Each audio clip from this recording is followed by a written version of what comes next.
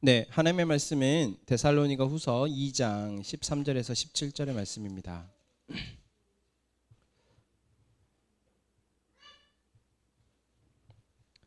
데살로니가 후서 2장 17절에서 12장 13절에서 17절 말씀입니다.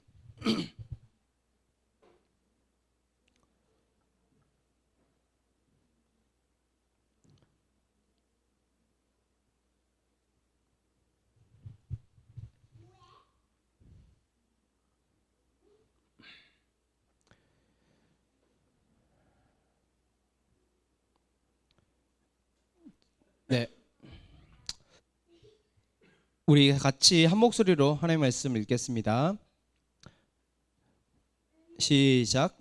주께서 사랑하시는 형제들아, 우리가 항상 너희에 관하여 마땅히 하나님께 감사할 것은 하나님이 처음부터 너희를 택하사 성령의 거룩하게 하심과 진리를 믿음으로 구원을 받게 하심이니, 이를 위하여 우리의 복음으로 너희를 예수 그리스도의 영광을 얻게 하려 하심이니라.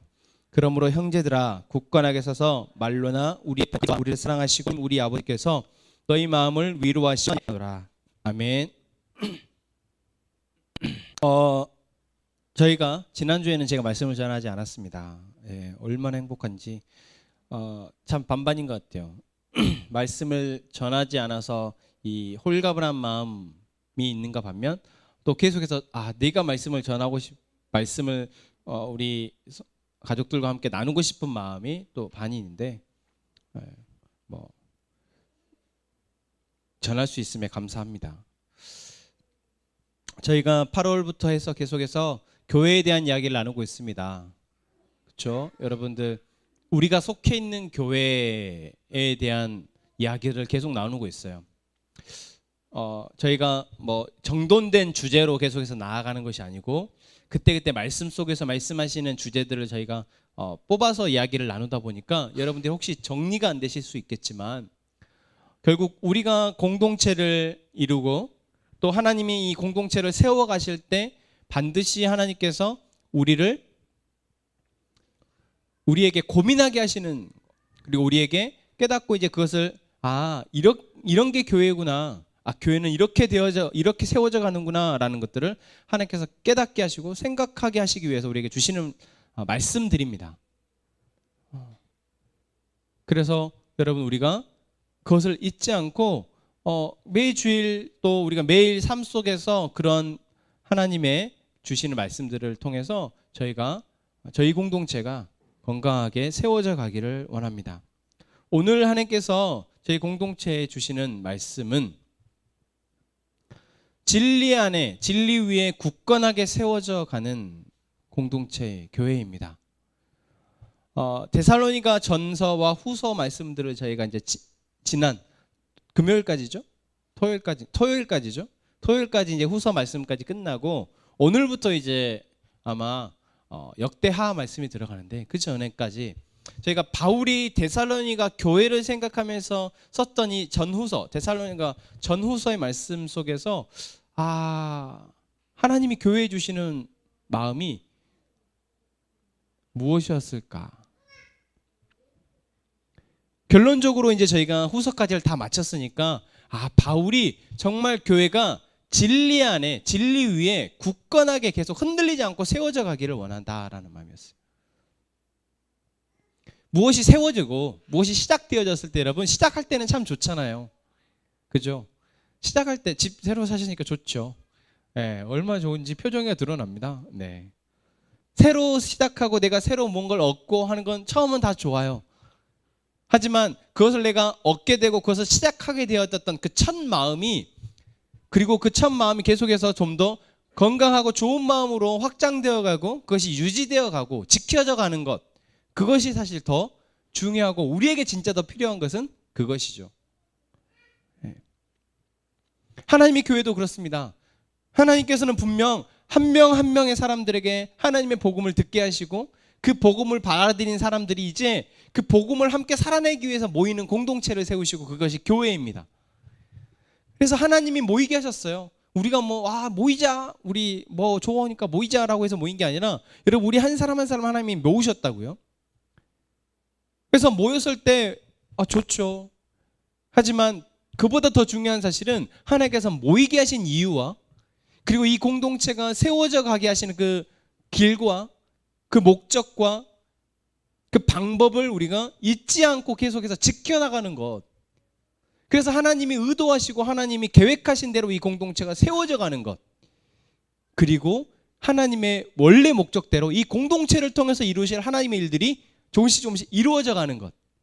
그게 가장 우리에게 필요한 모습이다라는 것이죠. 그래서 바울이 데살로니가 전서를 이제 쓰고 사실 여러분 한 번 쓰고 또 한 번 편지를 썼다는 이유는 쓴 이유가 있겠죠. 데살로니가 후서를 쓴 이유. 그냥 편지 한 번으로 너희들 참 잘하고 있다. 그래 그렇게 하고 좀 이런 부분들은 좀 이렇게 했으면 좋겠는데 잊지 말고 이렇게 잘 하자. 라고 그냥 편지를 끝내도 되는데 전서를 쓰고 나서 후서를 또 썼단 말이에요. 근데 후서를 쓴 이유가 있습니다. 그 이유가 무엇입니까? 교회가 흔들리고 있다라는 사실을 알았기 때문이죠. 데살로니가 교회가 우리가 그렇게 바울이 그렇게 칭찬하고 참 그래도 너희들의 사랑의 믿음의 역사와 사랑의 수고와 소망의 인내가 있는 것이 너무나 기쁘다. 참 내가 전한 복음으로 하나님의 이 복음으로 든든하게 교회가 세워져 가는 것이 너무 기쁘다라고 고백했던 이 바울이 그 사랑하는 데살로니가 교회가 흔들리고 있다는 사실을 알게 됩니다. 그 이유가 데살로니가 후서 2장 1절 2절을 보면 알 수 있죠. 1절에 뭐라고 얘기하고 있습니까? 형제들아 우리가 너희에게 구하는 것은 내가 너희에게 지금 정말 할 말이 있다. 무슨 말이에요? 우리 예수 그리스도의 강림하심과 우리가 그 앞에 모임에 관하여 영어로나 또는 말로나 또는 우리에게서 받았다 하는 편지로나 주의 날이 이르렀다고 해서 쉽게 마음이 흔들리거나 두려워하거나 하지 말아야 한다는 것이라. 내가 정말 하고 싶은 말이 있는데 뭔 얘기예요? 흔들리거나 두려워하지 말라라는 이야기입니다. 자, 지난주 말죠? 지지난주에 저희가 반드시 바울이 그들 안에 무엇이 있을 거라고 얘기했습니까? 환란이 있을 거라고 얘기했어요. 근데 그 환란은 무엇 때문입니까? 외부적 요인이었어요. 우리가 그리스도인으로서 또는 그리스도의 교회로서 삶을 세상 속에서 살아낼 때 그것을 못마땅하게 여기고 그것을 불편하게 여기는 사단의 세력들과 사람들의 이 생각들이 이 데살로니가 교인들에게 어떤 환란들을 가져오는 거예요. 내 가까운 이웃, 가족, 내 사회 구성원들로부터 당하는 환란들이 있었다라는 것이죠. 그런데 놀라운 사실은 그 환란 속에서는 오히려 데살로니가 교인들이 굳건하게 모여서 더 기도하고 더 서로를 위해서 수고하는 모습들이 나타나면서 그래 너희들이 환란이 있는데도 참 멋있다. 잘하고 있다는 걸 내가 안다. 계속해서 그렇게 잘 환란을 버텨나갔으면 좋겠다라고 얘기했던 바울이 지금 데살로니가 교회가 흔들리고 있다라고 얘기한다는 것이죠. 그럼 그 이유가 무엇입니까? 예수 그리스도의 재림, 다시 오심과 그리고 그 다시 오심을 기다리는 성도들의 모임이 지금 뭔가 다른 요인들에 의해서 흔들리고 있다는 것입니다. 여러분 사실 이게 재림 여러분 지금 교회 다니시면서 예수님이 재림하신다라는 이야기, 다시 오신다는 이야기 여러분들의 관심사이십니까? 별로 아니죠. 예. 사실 우리는 오늘 하루를 살기 바쁜데 이 데살로니가 교회, 초대교회 성도들에게는 예수님의 다시 오심은 정말 중요한 키워드였습니다. 생각해 보세요. 예수님의 12제자들과 이제 복음을 소유한 사람들이 복음을 전해서 그 사람들에게 복음을 전할 때 우리 예수님이 우리를 위해서 십자가에 죽으셨고 그것을 믿는 사람들은 구원받습니다. 그리고 이제 그 순간부터 하나님의 나라를 살게 됩니다. 그리고 어느 순간 예수님이 곧 다시 오실 텐데 다시 오실 그때를 우리가 기다리면서 함께 모여서 우리가 어떤 삶을 살아야 될지를 고민합시다.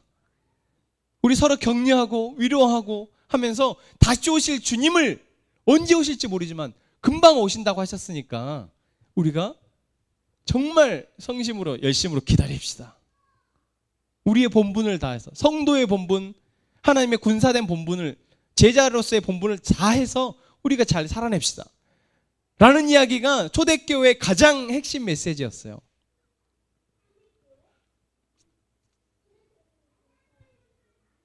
그런 그들에게 예수님의 다시 오심에 대한 다른 이야기가 들려지기 시작하는데, 그 이야기에 안 흔들릴 것 같았던 데살로니가 성도들이 흔들린다라는 것입니다. 3절에도 보면 이렇게 얘기하고 있어요. 누가 어떻게 하여도라는 것은 누가 어떻게 와서 이제 말하고 말하는데 너희가 미혹되지 말라. 누군가 와서 데살로니가 성도들에게 이제 말을 하는데, 누군가 밖에 있는 사람이 와서 말하는 것보다 그들 안에서, 교회 안에 이제 어떤 사람들이 예수님의 재림에 대해서 자기들의 의견을 말을 하고, 그래서 이제 우리가 이렇게 하자라고 말을 하는데 그것이 처음 전해 들은 복음과 다르다라는 것이에요. 처음 예수님에 대해서 들었던 이야기와 조금씩 달라지고 있는데 그것 때문에 흔들리는 것입니다. 그리고 더 나아가서 4절에 보면은 그는, 그렇게 말하는 사람들을 말하죠. 그는 대적하는 자라, 신이라고 불리는 모든 것과 숭배함을 받는 것에 대항하여 그 위에 자기를 높인다라고 얘기하고 있어요. 그러니까 예수님의 재림에 대해서, 다시 오실 예수님에 대해서, 그리고 그들을 기다리는 자로서의 우리의 자세나 삶에 대해서 다른 이야기를 하는 사람들이 이제는 조금씩 어떻게 합니까? 우리들의 예배의 대상이자 우리들의 경배의 대상인 하나님보다 자기를 위에 놓기 시작하는 거예요. 그리고 심지어 4절 마지막 하반부에 보면 뭐라고 얘기했습니까? 하나님의 성전에 앉아 자기를 하나님이라고 말합니다. 여러분 뭐 생각나지 않습니까?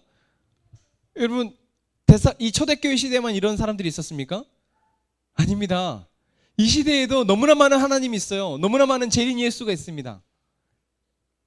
그러니까 너무 강력한, 사실 이거는 이 무기예요. 그러니까 신이라고 하는 것, 예수님이라고 하는 것, 재림 예수라고 하는 것은 너무나 강력한 무기입니다. 그런데 이 강력한 무기를 사람들이 처음에는 그 예수님의 사랑과 그 예수님의 부활하심에 압도되어져서 아무 말도 안 하고 지내던, 그냥 그래 라고 하던 사람들이 시간이 1년, 2년, 10년, 20년, 지금 이 쓰여진 시기가 언제입니까? 한 60년 정도 지난 후란 말이에요. 예수님이 40년 정도 지난 후란 말이죠. 그러니까 이제 시간이 지나면서 어떻게 되고 있어요? 조금씩 그 안에 이제 다른 마음들이 생기기 시작하는 거죠.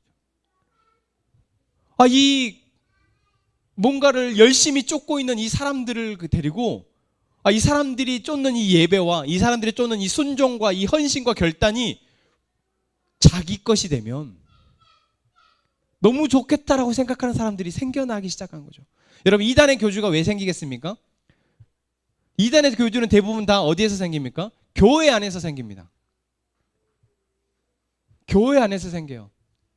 하나님을 사랑하고 하나님께 예배하고 하나님을 경배하고 하나님 앞에 순종하는 이 사람들의 무리 가운데에서 이단의 세력들이 나타나게 돼요. 데살로니가 성도들이 그랬습니다. 데살로니가 교회가 그랬어요. 여러분, 데살로니가 시대뿐만 아니라, 데살로니가 교회뿐만 아니라 지금 이 시대도 그렇다라는 이야기를 우리가 했습니다. 비단 이단의 이야기만은 아닙니다. 여러분, 사실 교회가 흔들리는 거 많이 보셨죠? 여러분이 속해 있던 교회나 또는 여러분이 주변에 보여지는 교회들, 또는 이 세상에서 보여지고 있는 많은 교회들이 흔들리고 있는 것을 우리는 보게 됩니다. 여러분, 교회가 흔들리는 이유가 무엇이었습니까? 여러분이 보셨던, 여러분이 경험했던 교회가 흔들리는 이유가 무엇이었나요? 지금도 많은 교회들이 흔들리고 있는데 그 교회들은 왜 흔들리고 있을까요? 안타깝게도 외부적인 방해 요인에 의해서 흔들리는 교회는 많지 않습니다. 외부적인 방해 요인은 뭡니까? 전도를 하는데 전도를 못하게, 근데 전도를 못하게 하는 것뿐만 아니라 그냥 그 용역들을 동원해서 교회 예배를 맡고 그러진 않아요. 근데 교회 예배를 막는 용역들은 누가 부릅니까? 교회 안에 있는 사람들이 불러요. 저 사람들 예배 못하게 돈 주고 사람들 용역을 써서 예배당 출입 못하게 막는 건 누굽니까? 교회 안에 있는 사람들. 교회 안에 목사가 그러거나 교회 안에 장로님들이 그럽니다. 서로 교회 밖에 있는 사람들이 교회 예배이고 하나님을 예배하고 하는 사람들을 예배 못하게 방해하는 거는 본 적이 없어요. 우리나라에도 기독교의 초창기에나 처음 복음이 전해졌을 때나 막 서양 귀신이라고 막 돌 던지고 그랬었지. 교회가 든든하게 세워진 이후부터는 사실 외부적 방해 요인으로 인해서 하나님의 교회가 흔들리는 것은 본 적이 없습니다. 교회가 흔들리는 가장 큰 요인은 결국 교회 내부에서 진리가 아닌 것을 진리인 것처럼 가장하는 사람들 때문이다라는 것이죠. 진리가 아닌 것을 진리인 것처럼 가장하는 세력들. 그러면서 조금씩 예수님에 대한 예수님 앞에다가 예수님을 붙이고 거기에 자기의 생각을 집어넣는 그런 사람들 때문에 교회는 흔들린다라는 것입니다. 교회 안에 영향력 있는 사람들, 그냥 여러분 여기에서 여기는 우리는 다 일단은 서로에게 영향을 미칠 정도로 이제 작으니까. 근데 교회가 클수록, 공동체가 규모가 클수록 영향력 없는 사람의 말을 들어주는 교회가 있습니까? 없습니다. 대부분 다 영향력이 있는 사람, 목사든지 장로든지 아니면 거기에서 뭔가 좀 세력을 가지고 있는, 힘을 가지고 있거나, 그래서 뭔가 말을 한마디 했을 때 그 말에 휘둘리는 사람들이 많은 그런 영향력 있는 사람들이 진리가 아닌 것으로 교회를 흔들리게 한다는 것이죠. 그리고 교회는 결국 그런 세력들에 의해서 무너지게 됩니다. 너무나 안타까운 일이지만 지금도 너무나 많은 교회들이 흔들리고 있고 너무나 많은 교회들이 그렇게 무너져 가고 있습니다. 하나님이 세우신 교회인데 분명 하나님이 그들 안에도 계실 텐데, 저는 믿습니다. 많은 교회들이 흔들리고 있고 문제라고 해서 사람들로부터, 성도들로부터 지탄받고 있는 많은 교회들 안에도 하나님은 분명 계시다고 믿습니다. 그런데 왜 그렇게 무너지고 있을까요? 그리고 그렇게 무너지는 것에 대해서 우리는 어떻게 해야 할까요? 우리 이야기 아니니까, 남 이야기니까, 우리 교회는 이제 시작했고 그래도 우리 교회는 아직 뭐 흔들리는 일 없으니까 괜찮아요 라고 말할 수는 없죠. 그리고 흔들리는 교회에 대해서 사실 우리는 아무 책임 없어요. 자기들이 뭐 흔들리는 건데 라고 말할 수도 없습니다. 왜냐하면 그곳에는 우리의 형제 자매들이 있고, 그곳에는 우리의 친구들이 있고, 그곳에는 우리의 이웃이 있어요. 언젠가는 하나님께서 우리에게 그들을 바라보며 그들에게 건강한 교회로, 그들에게 다시 진리의 복음을 회복해야 하는 사명을 우리에게 주실지 모르거든요. 여러분, 오늘 말씀에서 바울이 데살로니가 교회를 향해서 던지는 메시지에 결국 그 해답이 있을 것 같습니다.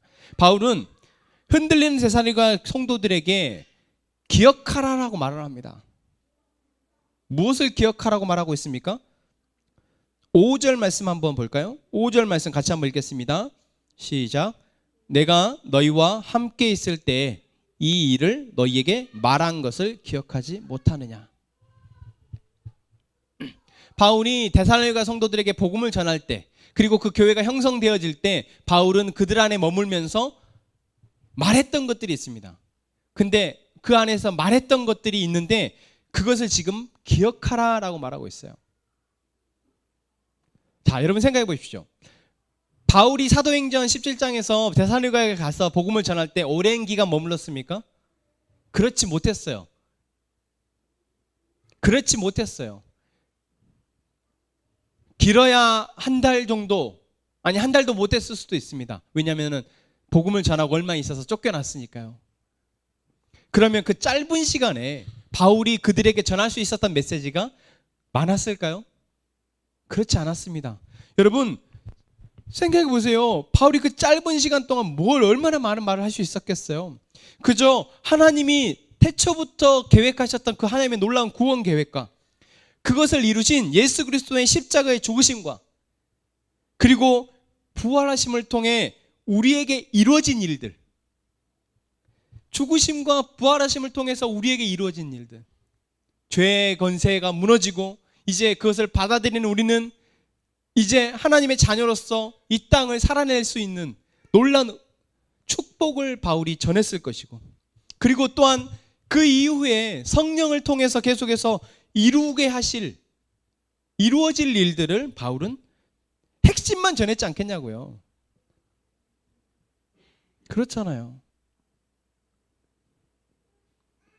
저희가 지금 뭐 풍삼초를 하고 풍삼기를 하면서 하는데 우리 일주일에 한 번밖에 못 만나니까, 그리고 또 뭐 2시간 3시간 한다고 해도 정말 한 가지를 온전히 제대로 전해서 그것이 그 사람 안에 심어지기까지는 오랜 시간이 걸려요. 그런데 바울이 많은 말을 할 수 있었겠냐고요. 그렇지 않습니다. 정말 복음의 핵심 진리만 딱 전했어요. 그리고 여러분 잊지 마십시오. 예수님이 분명 다시 오십니다. 다시 오실 때까지 이것을 잊지 마십시오. 이것을 기억하고 우리가 흔들리지 마십시다. 분명 흔들리는 세력이 올 겁니다. 환란이 올 겁니다. 분명 예거에 대해서 다른 말을 하는 세력들이 나타날 겁니다. 그러나 흔들리지 마십시오. 이것만 기억하면 됩니다 라고 말했던 그 이야기를 바울이 기억하라 라고 말하고 있는 것입니다. 여러분, 그게 진리입니다. 그게 진리이기 때문에 그 진리를 붙들고 생각하고 고민하고 신앙의 길을 가고 살아내는 것이 바로 우리의 본분입니다. 그리고 교회가 세워져가는 원리입니다. 그러나 우리의 교회가 흔들리고 있습니다. 데살로니가 교회가 흔들렸듯이 우리가 흔들리고 있습니다. 왜 그럴까요? 왜 흔들리겠습니까? 교회는 바로 여러 사람들이 모여있기 때문입니다. 그 여러 사람들이 다른 생각을 하고 다른 배경을 통해서 살아왔던 많은 사람들이 그래도 예수라는 이름에 이끌려서 모여있지만, 그들 가운데는 성경을 많이 하는 사람도 있고 이제 막 배워나가는 사람도 있고 기도를 잘하는 사람도 있고 못하는 사람도 있고 어려워하는 사람도 있고 또 기질적으로 자기 주장이 강한 사람이 있고 남의 주장에 따라서 자기가 순응해서 사는 사람이 있고, 뭔가 계속해서 자기에게 보여지는 것들에 대해서 비판적 시각을 가지고 좀 더 나은 방향을 추구해가는 사람이 있고, 수용적 시각을 가지고 남이 말하는 이야기는 다 그런가 보다 라고 생각하는 사람들이 있고, 정말 여러 부류의 사람들이 모여있는 교회이다 보니 이 안에서 한 사람 한 사람이 자기가 듣고 확실한 그 진리의 복음을 계속해서 지켜나가지 않는다면, 그 중에 지켜나가지 않는 어떤 한 사람이 자기의 생각을 이제 예수에 대해서 이렇게 믿어도 될 것 같은데, 좀 이래도 되지 않을까? 그리고 성경의 해석을 자기의 입맛에 자기의 욕심에 따라서 해석하는 사람들이 나타나게 되면 그 교회는 걷잡을 수 없이 흔들릴 수밖에 없다는 것이죠. 그리고 그 사람이 더군다나 중요한 자리에 있고 영향력 있는 사람이라면 더 그렇습니다.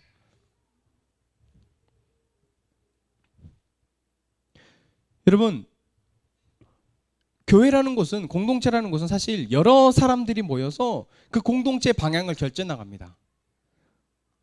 그래야지 맞고요. 저희가 속해 있는 대한예수교 장로교는 장로들의 연합 모임을, 회의를 통해서 교회의 방향을 결정해 나갑니다.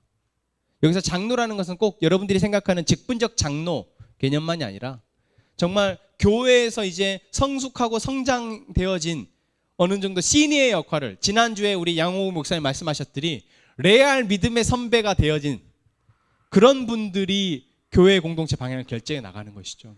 너무나 좋죠. 한 사람의 독단적인 결정으로 교회가 운영된다면 위험 요소가 너무 크잖아요. 하지만 그런 시니어들의 훌륭한 믿음의 선배들이 그 교회 공동체 방향을 결정하는 것이 장로교의 전통이에요. 그런데 이건 또한 그 안에 진리가 아닌 것을 진리로 포장해서 말하는 예수의 말씀이 아닌데 예수의 말씀인 것처럼 포장해서 말하는 그런 세력들이 나타나게 되고, 그 세력들로 인해서 교회는 흔들리게 되어진다라는 것입니다. 여러분, 그렇게 되지 않으려면 어떻게 해야 할까요? 그렇게 되지 않으려면 무조건 다른 사람의 말을 비판적으로 받아들여야 합니까? 비판적 시각만 가지고 있다고 될까요? 남이 하는 것은 다 별론 것 같고 다 문제인 것 같고 그래서 다 비판하는 그런 모습이 필요할까요? 아닙니다. 여러분, 바울은 오늘 뭐라고 얘기하고 있습니까?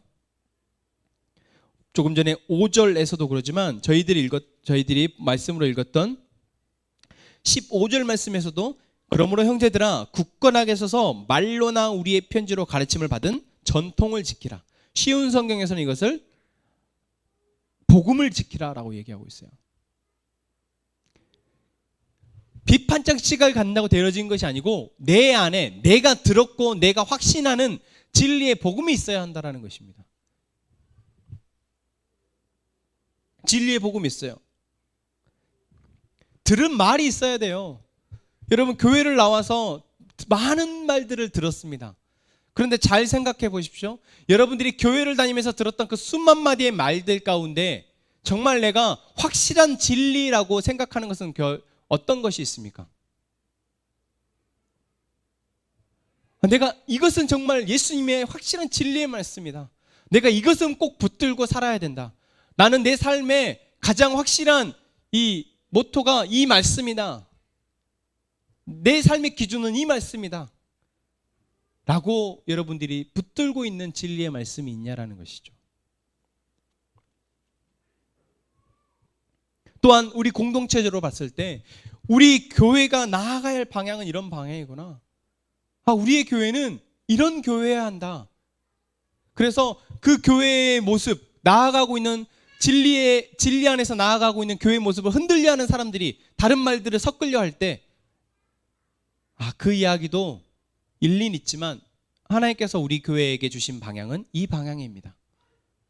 라고 지켜나갈 수 있는 공동체의 핵심 말씀이 있냐라는 것이죠.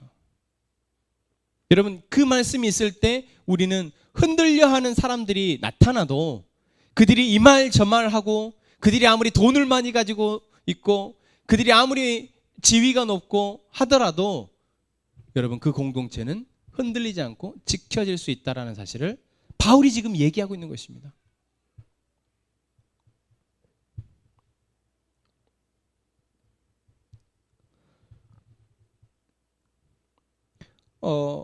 공교롭게도 제가 이 말씀을 생각하고 제가 한 건 아닌데, 공교롭게도 제가 지난주부터 이제 블로그를 시작을 해서 제가 개척하기 이전부터 쭉 이제 공동체에 대해서 하나님이 세우고자 하는 교회에 대해서 생각을 쭉 정리했던 글들이 있어요.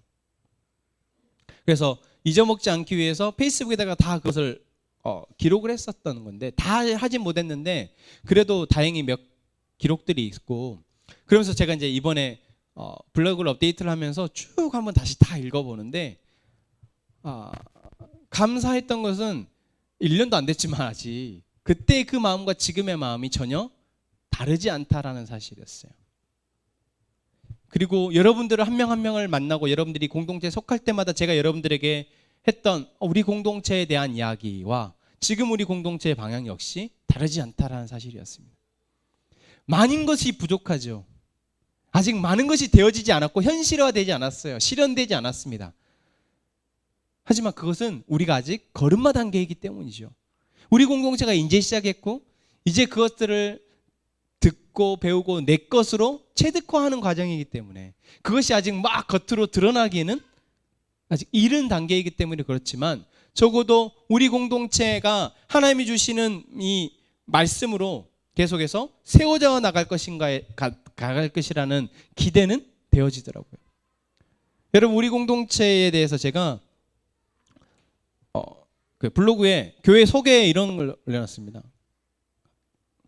한번 읽어보실까요? 우리 같이 읽겠습니다. 시작.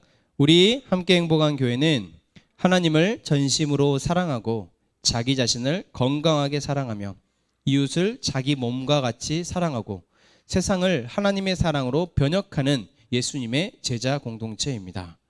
네, 처음 보셨죠? 말로 정리를 제가 이제 이렇게 저렇게 해놔서 그렇지, 사실 여러분 우리 공동체에는 하나님을 전심으로 사랑하는 것을 가장 우선에 둡니다. 하나님을 전심으로 사랑하는 것이 가장 우선이에요. 여기서 중요한 것은 하나님을 그냥 사랑하는 것이 아니라 전심으로입니다. 다시 말하면 진실함, 전심이라는 것은 거기에 진실함이 담겨 있어요. 그리고 우리가 할 수 있는 최선을 다하는 것이 담겨 있습니다. 그래서 우리 공동체 안에 하나님을 제대로 진심으로 정직하게 사랑하지 못하는 모습들이 우리 안에 있다면 그것들을 우리가 계속해서 개발해 나가야죠. 두 번째 무엇입니까? 내 자신을 건강하게 사랑하는 거예요. 여러분, 우리가 하나님을 잘 알게 되고 하나님은 우리를 조명하게 되면 우리 안에 약함, 더러움, 악함이 보이게 됩니다. 근데 교회를 다니고 하나님을 믿는다고 하면서도 그것을 계속해서 가지고 있고 그것을 계속해서 바깥으로 표출하는 삶이 되어진다면 그 사람은 하나님의 사람이라고 부르기가 너무 어렵죠. 하나님은 우리가 하나님을 알림을 통해서 우리 자신을 건강하게 바꾸기를 원하세요. 몸이 아프면은 제가 그러잖아요. 제가 감기 때문에 고생하면서 제 아내가 너무 힘들어졌어요. 왜 그럴까요? 몸이 아프니까 자꾸 쉬고 싶고 몸이 아프니까 자꾸 더 짜증이 나고. 근데 몸이 건강하면 그렇지 않아요.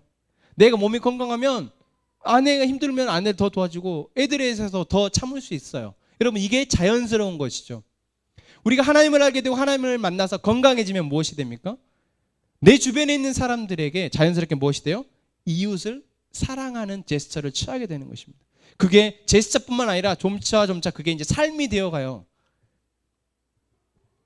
그리고 마지막으로 내 이웃뿐만 아니라 이제 세상에 대해서도 세상의 문제와 불합리함과 안타까운 약한 부분들에 대해서 내가 마음을 쓰게 되고 그것을 바꾸어 나가는 공동체가 되어진다는 것이죠. 여러분, 우리 함께 행복한 교회는 이 진리, 이 가치 아래 세워진 교회이고 이 가치를 계속해서 지켜나가는 교회가 될 것입니다. 그리고 이 가치 아래 많은 것들을 하게 되겠죠. 근데 이 가치가 훼손되는 것은 훼손되려 하는 상황이 오고 누군가가 이 가치를 훼손하려 할 때는 그것에 대해서는 단호하게 우리가 우리 교회는 그렇지 않습니다라고 말할 수 있어야 된다는 것이죠. 시대가 아무리 변한다 해도 여러분, 이 사실이 시대가 변한다 해서 바뀔 수 있는 가치입니까? 그렇지 않아요. 왜냐하면 하나님이 명령하신 거니까. 하나님을 사랑하고 이웃을 사랑하며 하나님의 나라를 완성해 나가는 것이 하나님이 우리에게 주신 절대 사명이기 때문에 그것을 이 가치 아래 우리가 두고 있는 것이죠. 그리고 제가 이것뿐만 아니라 그 블로그에 계속해서 개척 때부터 제 생각들 제가 계속해서 들으면서 하나님께서 저에게 주셨던 말씀들을 묵상인 일상이라는 카테고리 안에다가 넣어서 살았는지 한 분들이 쭉 이렇게 읽어보시고요. 좋겠습니다. 여러분, 데살로니가 교회와 같이 하나님이 세우신 교회입니다. 하지만 데살로니가 교회와 같이 분명 우리 안에 욕심들로 인해서 교회가 흔들릴 수 있을 것이고 부적인 요인들로 인해서 교회가 혼란이 있을 수 있습니다.